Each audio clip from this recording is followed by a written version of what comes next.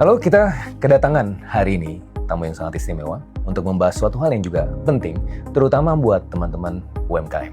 Ya, kemarin baru saja keluar PP yang baru terkait dengan pajak final UMKM dan ada beberapa dinamika di situ. Nah, kita akan bahas bersama orang yang sangat kompeten. Dalam hal ini kita hadirkan langsung dari Kementerian Keuangan, dari Dirjen Pajak, Direktur P2 Humas, Ibu Inge. Ibu Inge, apa kabar? Baik, Mas Fitra. Assalamualaikum. Waalaikumsalam warahmatullahi wabarakatuh.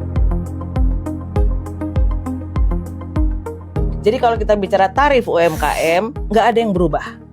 Tetap 0,5%. Tetap 0,5% sejak 2018 sampai dengan sekarang.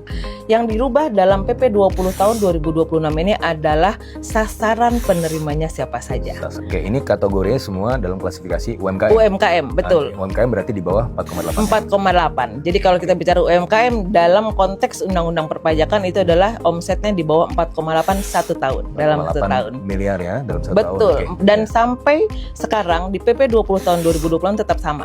Tetap 4,8 miliar per tahun. Hanya sasarannya yang setelah hasil evaluasi kita perbaiki.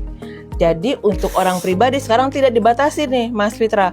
Boleh selamanya. Sepanjang usaha dia masih berjalan, maka tarif 0,5% tadi dapat terus digunakan. Asalkan di bawah 4,8. Di bawah 4,8 M setahun, dan itu adalah wajib pajak orang pribadi atau PT perorangan, ya kan, atau koperasi. Tapi untuk koperasi diberi batasan 4 tahun maksimal, betul.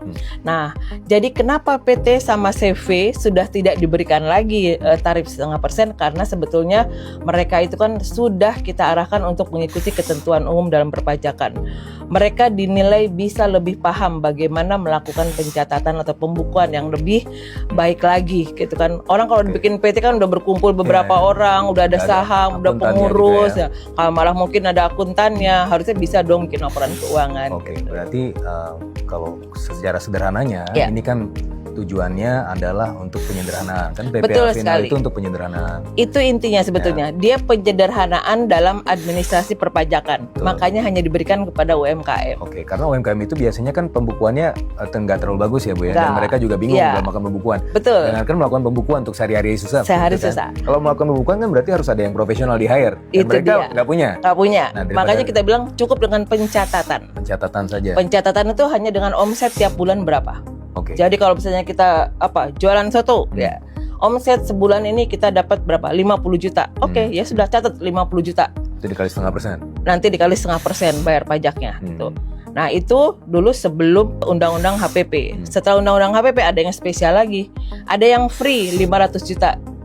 Di bawah 500 juta itu kan tidak kena pajak. Jadi kalau dia orang pribadi, bukan perseroan, betul, di bawah 500 juta, itu 0%. 0%, betul.